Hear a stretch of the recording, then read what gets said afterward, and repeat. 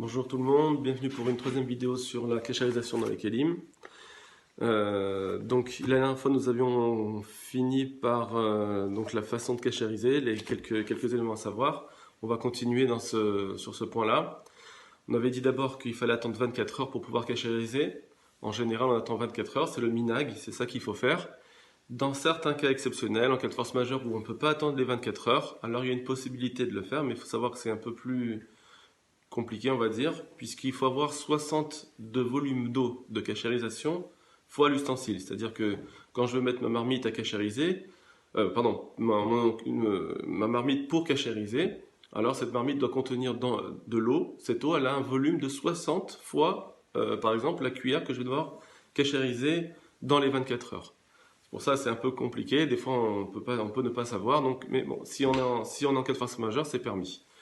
Le mieux dans ces cas-là, c'est que même si j'ai les 60, on rajoute un peu, on va dire une khumra pour être sûr, pour ne pas avoir de problème. On rajoute de la javel, par exemple, ou quelque chose qui abîmerait le goût s'il il n'y avait pas assez de volume d'eau.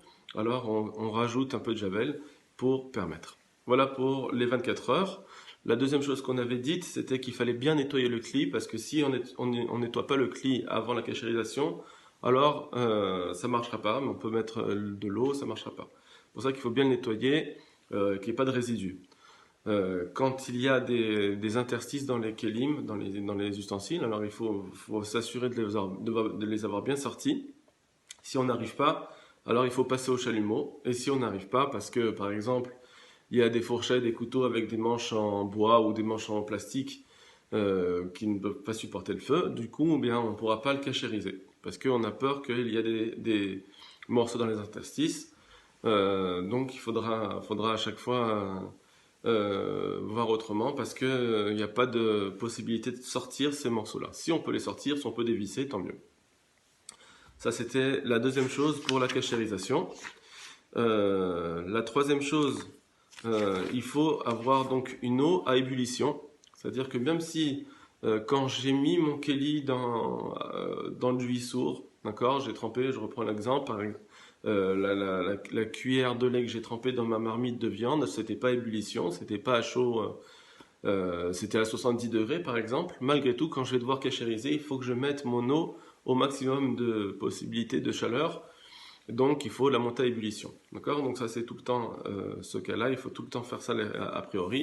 Dans certains cas, eh ben, il faut demander à un rave, si on a une complication, il faut demander à un rave, sinon c'est ce qu'il faut faire.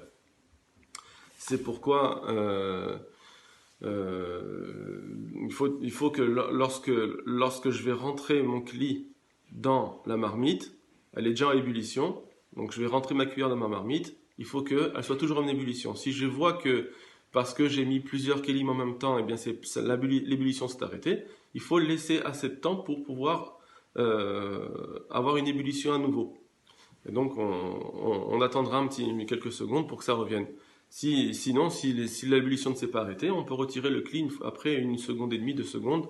Ça suffit pour cachériser. On n'est pas obligé d'attendre longtemps que le keli soit dans l'eau pour pouvoir être cachérisé. Une fois que c'est passé 1 seconde, 2 secondes, hop, on renlève et c'est bon. Donc il faut faire attention aussi, par exemple, comme c'est chaud, donc on ne va pas l'enlever avec ses mains.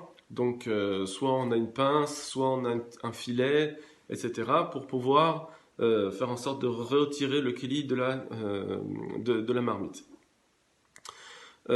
Pour cela aussi, on doit faire attention que lorsqu'on a, par exemple, on le tient avec une pince, puisque à l'endroit de contact, au point de contact, il n'y aura pas d'eau qui va passer, il faudra repasser le keli dans l'eau en le tenant d'un autre endroit pour que l'eau puisse passer dans tous les endroits du keli. Autre chose pour ça aussi, si je fais plusieurs kelim en même temps, par exemple je vais avoir plusieurs fourchettes, plusieurs cuillères à cachériser, alors il ne faut pas qu'elles soient compressées l'une avec l'autre, il faut laisser de l'espace pour faire en sorte que l'eau passe de partout sur toute la surface du cli. Donc on n'en met pas beaucoup, on remet un petit peu pour faire en sorte que on est sûr que tout soit cachérisé sur toutes les surfaces. Mais on peut faire plusieurs kelim en même temps, c'est pas un problème, on peut cachériser plusieurs kelim en même temps tant que c'est après 24 heures, on n'a pas vraiment de souci là-dessus. On peut cachériser plusieurs kelim en même temps. Voilà pour ça. Aussi, on a le droit de cachériser un kili en plusieurs fois, comme je viens de vous le dire. C'est-à-dire que si j'ai un kili qui est trop gros, d'accord, il est une grande cuillère, une grande louche que je vais cachériser, elle ne rentre pas entièrement dans ma marmite en une fois, c'est pas grave. C'est pas comme la tvila dans un mikvé, l'immersion dans un mikvé. Là, on ne parle pas de tahara, de pureté, on parle de cachérisation, d'enlever le issour. Donc là, c'est un autre problème, donc c'est mécanique, on va dire.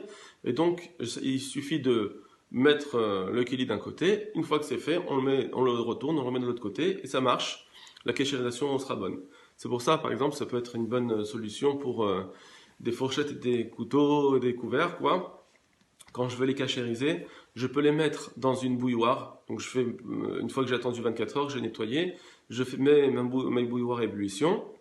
Et puis une fois que ça bouge, je mets mes kélim, mes fourchettes et mes couteaux. Souvent, c'est un peu trop élevé, d'accord, il dépasse. Donc une fois que j'ai fait ça, j'ai plus qu'à retourner mes fourchettes et mes couteaux et les retourner. Et puis voilà, je les ressors, je les retourne et c'est bon. Voilà pour cette cachérisation-là, pour ce point-là de cachérisation. Une fois qu'on a cachérisé, alors on a l'habitude de rincer le kli avec de l'eau froide. Donc ça, c'est un peu un minag aussi, c'est pareil, c'est une habitude qu'on a prise. Mais a posteriori, quelqu'un qui aurait oublié, c'est pas grave. Mais on a l'habitude, a priori, de retirer l'eau de Hagala, l'eau de cachérisation, en mettant de l'eau froide pour que cette eau qui véhicule du issour, on va dire, on la fasse partir. Et c'est bon. Mais sinon, tout ça, c'est que les khatrilas, c'est qu'a priori, ma posteriori, si quelqu'un ne l'a pas fait, il a oublié, c'est pas grave, la cachérisation marche, on n'a pas besoin de refaire une cachérisation. Donc une fois que j'ai retourné, si j'ai un keli que j'ai fait en 2 fois, je le fais une fois, je sors, je cachérise l'autre côté, et ensuite je mettrai de l'eau froide dessus. D'accord, il faut le faire juste après la cachérisation, quand on a terminé toute la cachérisation. Voilà pour ce point.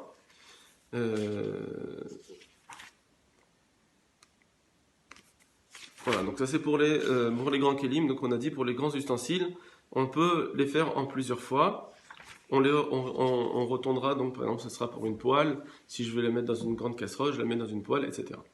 Maintenant, si c'est un keli, une grande marmite que je veux cachériser, et là elle rentre dans aucune marmite, d'accord? C'est une grande marmite que je veux cachériser.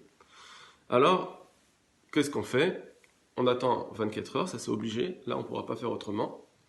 On attendra 24 heures. On met, une fois qu'on a nettoyé, on met l'eau à bouillir.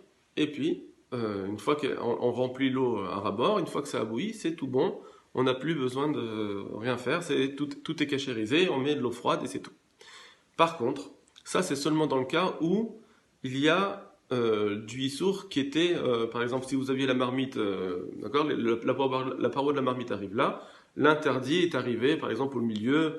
On sait que le issour n'a pas été jusqu'au rebord ou bien a dépassé de l'autre côté. Dans le cas où ça a dépassé de l'autre côté ou bien c'était à ras-bord. Par exemple, j'avais une marmite, il y avait de la vapeur avec le couvercle, et quand j'ai mis le couvercle, eh bien, ça faisait de la vapeur qui a fait que ça a pu aller dans les rebords. Pour que ça aille dans les rebords, il faut que je cachérise ces rebords. Pour cachériser ces rebords, je ne peux pas me permettre de juste mettre l'eau à bouillir, même si c'était à ras-bord, parce que on a peur que ça aille pas assez sur les rebords et puis ou bien sur l'autre côté de la marmite. Et c'est pourquoi, comme vous le savez tous, on a l'habitude de mettre soit une pierre, soit un morceau de fer chaud dans la marmite. Alors comment ça se passe? Donc, je mets ma marmite à bouillir. Elle bouge, j'ai mis de l'eau au maximum, ça commence à bouillir. J'ai mis mon ustensile à cachériser pardon, non, je me suis trompé, excuse-moi. Je mets l'eau à ébullition. Une fois que j'ai mis l'eau à ébullition, eh bien, pour cachériser les rebords de la marmite, on aura pris une pierre qu'on aura fait chauffer, une pierre qui a un volume assez gros, ou bien un ustensile en fer, n'importe quel un objet en fer qu'on aura fait chauffer, et on le fait tremper sans jeter, on le pose à l'intérieur. En le posant, l'eau va déborder. En débordant, ça permet de cachériser les rebords et voilà, les rebords est-ce qui auraient éventuellement coulé sur l'extérieur. Dans ce cas-là, la cachérisation aura marché pour cette grande marmite. On n'aura pas besoin de la mettre dans une grande marmite. C'est la seule fois où on a besoin de mettre la pierre. Sinon, on n'a pas besoin de mettre de pierre. Quand on cachérise une marmite où le issour n'est pas forcément allé sur les rebords, si le issour est resté vers le bas de la marmite ou voilà, n'est pas allé sur les rebords, ça suffit de mettre de l'eau à bouillir à ras-bord et c'est tout, on n'a pas besoin de mettre de pierre. Voilà pour cette troisième vidéo de cachérisation. C'est du vent continuera la prochaine fois avec Irouille, donc l'inversement, et puis d'autres points. On va commencer à rentrer plus dans le détail de chaque Kelly, chaque ustensile, comment le cachériser. Voilà, bonne journée.